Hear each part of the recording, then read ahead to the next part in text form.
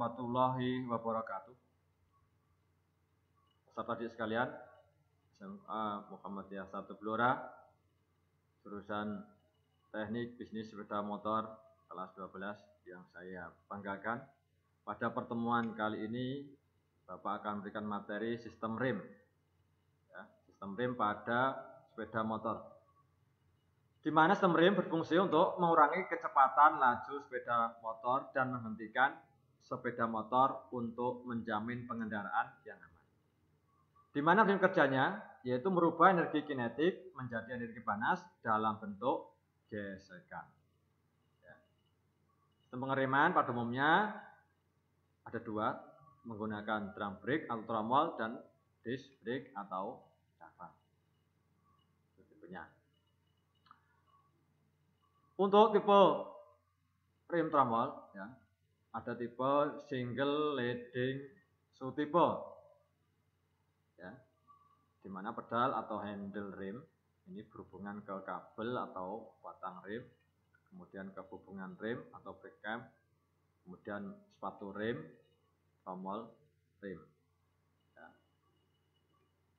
Dari handle rem ini, ya, jadi hubungan ke kabel atau batang rem, kemudian ke hubungan ini, ya, hubungan rem, kemudian sepatu rem, kemudian tromol. Sedangkan untuk sepatu rem yang terdorong ke dalam oleh putaran tromol disebut trailing shoe. Sedangkan sepatu rem yang terbawa oleh putaran tromol dan cenderung melengket disebut leading shoe, sehingga menghasilkan daya pengereman lebih besar atau self energy. Di mana keausan leading shoe lebih cepat daripada trailing shoe. Oke, lanjut. Yang kedua, tipe double leading shoe, di mana memakai dua hubungan rem atau brake cam, sehingga kedua sepatu rem menjadi leading, digunakan pada motor-motor besar. Lama. Oke. Kemudian pembongkaran. Caranya lepaskan sepatu rem dan bekas-bekas dengan menarik dari anjor pinion. Kemudian lepas mur, baut dan lengan rem. Lepaskan plat indikator, keausan, sil debu dan hubungan rem. Kemudian periksa tromol. Periksa tromol terhadap keretakan dan keausan. Ya, mungkin tromol ini ya ada retak-retak kah. Kemudian ukur diameternya. Diameter dalam tromol belakang menggunakan vernier kaliber. Ini misalkan untuk tipe Win ya diameternya 111 mm. Yang jelas untuk setiap kendaraan lihat servis sepeda motor masing-masing. Jangan memakai tekanan udara atau sikat kering untuk membersihkan rem. Ya, jangan menyemprot. Karena apa? Debu rem mengandung serat asbes yang dapat mengakibatkan penyakit kanker. Ya, jadi ini kelemahan kita ini banyak. Ketika ada bengkel-bengkel itu dia menyemprot tromol ini dengan kompresor, ini berbahaya. Oke, lanjutnya pemeriksaan ukur tebal kampas rem. Ya, batas servis 2 mm. Ganti sepatu rem sepasang jika ketebalan kampas rem kurang dari batas servis dan jika terkena grease. Cara pemasangan, lumasi gemuk pada pin jangkar dan hubungan rem. Pasang hubungan rem pada panel rem. Lumasi oli pada seal dan pasangkan pada panel rem. Pasang plat indikator keausan pada hubungan rem dengan menempatkan gerigi yang lebih lebar dengan potongan pada hubungan rem. Ya ini ya, ini ada tanda indikatornya. Kemudian pasang lengan rem dengan tanda antara lengan dan hubungan rem. Pasang baut, ya, penjepit lengan rem dan kencangkan. Ini ya, pasang sepatu rem dan bekas-bekas. Oke. Kemudian rem cakram. Ya, rem cakram ini menggunakan hukum Pascal. Bila suatu fluid dalam ruang tertutup di tekanan, maka tekanan tersebut akan diteruskan ke semua arah dengan sama rata.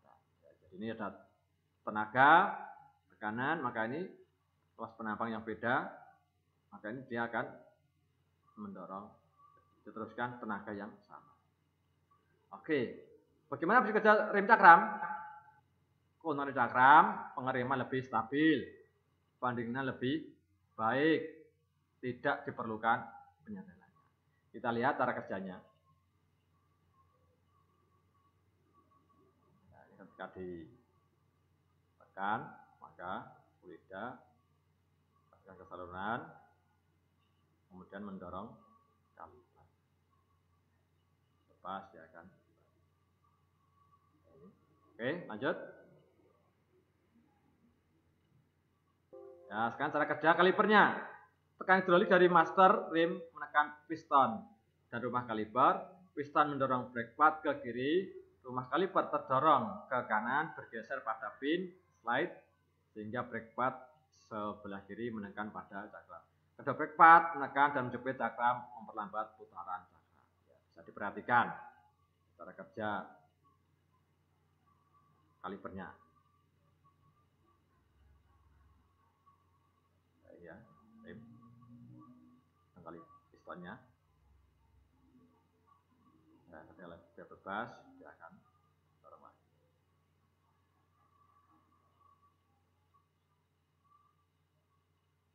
Lanjut. Nah, ini ya, tanpa penyetelan. Cakram saat tidak bekerja, saat bekerja seal piston berubah bentuk, piston tidak slip pada seal. Saat bekerja, pad yang aus, piston bergerak lebih jauh ke depan, piston seal pada seal. Ya, piston slip pada seal. Oke, sekarang bagaimana mengganti minyak rem? Dengan cara brake bleeder atau membleeding atau membuang udara dalam sistem rem. Ya, jika menggunakan alat brake bleeder ke katup pembuangan, ya, pompalah handle alat brake bleeder 3 kali dan longgarkan katup pembuangan, lalu kencangkan kembali. Tambahkan minyak rem ketika tinggi permukaan minyak rem di dalam silinder utama turun. Ulangi tersebut di atas sampai tidak lagi ada gelembung-gelembung udara di dalam selang. Perhatikan, nah ini perhatian ini, periksa tinggi permukaan minyak rem pada saat membuang udara palsu. Untuk mencegah apa? Agar udara tidak dipompa masuk ke dalam rem. Jangan mencampur bermacam-macam merek minyak rem, karena tidak cocok satu sama lainnya. Jika menggunakan alat brake bleeder untuk membleeding udara dari sistem rem. Kemudian penggantian minyak rem tanpa brake bleeder. Ya, caranya buka tutup master silinder dan diafragma. Isi minyak rem sampai batas upper. Ya, ada tulisannya biasanya. Dikasih kain untuk pengaman. Kemudian keempat, pompa handle rem sampai terasa keras, kemudian sambil handle rem ditahan, buka katup pembuangan agar minyak rem keluar bersama gelembung-gelembung udara dan tutuplah katup kembali. Ulangi langkah 4 sampai tidak ada lagi gelembung-gelembung udara yang muncul pada selang pembuangan. Sekarang pembongkaran master silinder. Bagaimana caranya?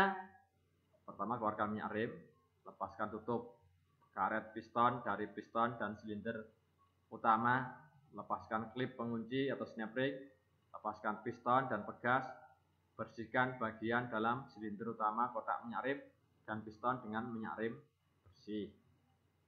Terus, pemeriksaan master silinder, periksa master silinder dan piston terhadap adanya keausan, goresan atau kerusakan. Kemudian ukur diameter dalam silinder utama ya, untuk batas servis, misal ini untuk NF 100D 12,76. Ukur diameter luar piston untuk batas servis 12,64 untuk tipe F, atau lihat buku servis sepeda motor.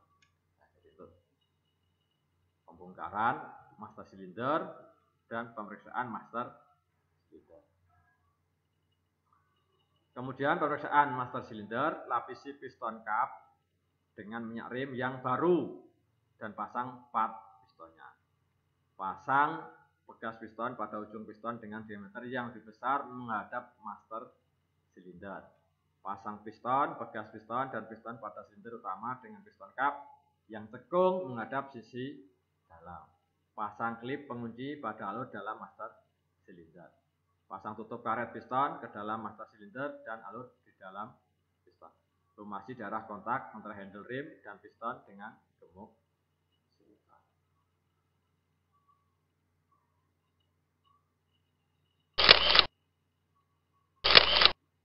Nah, ini pembongkaran brake kaliper. Perhatikan di samping. Ya, ini mengeluarkan minyak rem dari sistem rem. Lepaskan selang, rem, baut nipel, oli, dan ring perapat. Lepaskan kanvas rem. Lepaskan kaliper dari badan kaliper. Lepaskan bekas kanvas dan karet tutup spin slide. Letakkan sebuah lap bengkel di atas piston. Posisikan kaliper agar piston menghadap ke bawah dan semprotkan darah bertekanan ke saluran masuk minyak rem untuk membantu mengeluarkan piston. Cuci bagian bengkel kaliper dengan air bersih. Ya, kemudian lakukan pemeriksaan, periksa silinder, kaliper, dan piston terhadap keausan, goresan, atau kerusakan lain. Ukur diameter silinder kaliper. Ya, untuk batas servis, misal untuk tipe NF100D 25,46 mm. Juga ukur diameter luar piston kaliper. Untuk batas servis 25,3 untuk tipe NF100D. Lihat buku servis sepeda motor, karena setiap kendaraan dia punya spek yang beda-beda. Kemudian perakitan, caranya lapisi sil piston dan sil debu baru dengan minyak rem bersih dan pasang pada lorong sil di kaliper. Lumasi piston kaliper dengan minyak rem bersih dan pasang piston ujung terbuka piston menghadap keluar. Lumasi bagian dalam karet tutup pin slide dengan gemuk silikon dan pada badan kaliper. Kemudian pasang pegas kanvas rem pada badan kaliper. Lapisi pin kaliper dengan gemuk silikon dan pasang bracket kaliper pada kaliper. Kemudian pasang kanvas rem dan kaliper. Perhatikan, minyak rem dapat merusak cat dan komponen dari plastik, ya, sehingga perlu perhatikan kalau ada minyak rem yang tumpah di bodi kendaraan, segera bilas dengan air bersih supaya tidak catnya rusak. Kemudian periksaan cakram rem, periksa cakram terhadap keausan atau keretakan secara visual. Ukur ketebalan cakram rem pada beberapa titik. Batas servis 3,5 mm. Ganti cakram apabila melebihi batas servis. Ya.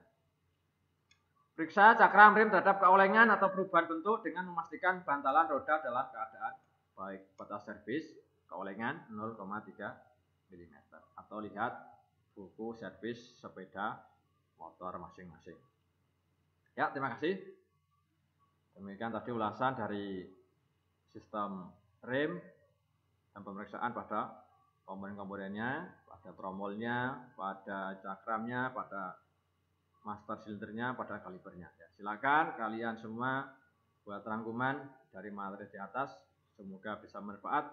Jaga kedisiplinan, tetap semangat dan jaga sholat berjamaah dan taat kepada kedua orang tua. Semoga bermanfaat. Terima kasih. Wabillahi taufiq wal hidayah. Assalamualaikum warahmatullahi wabarakatuh.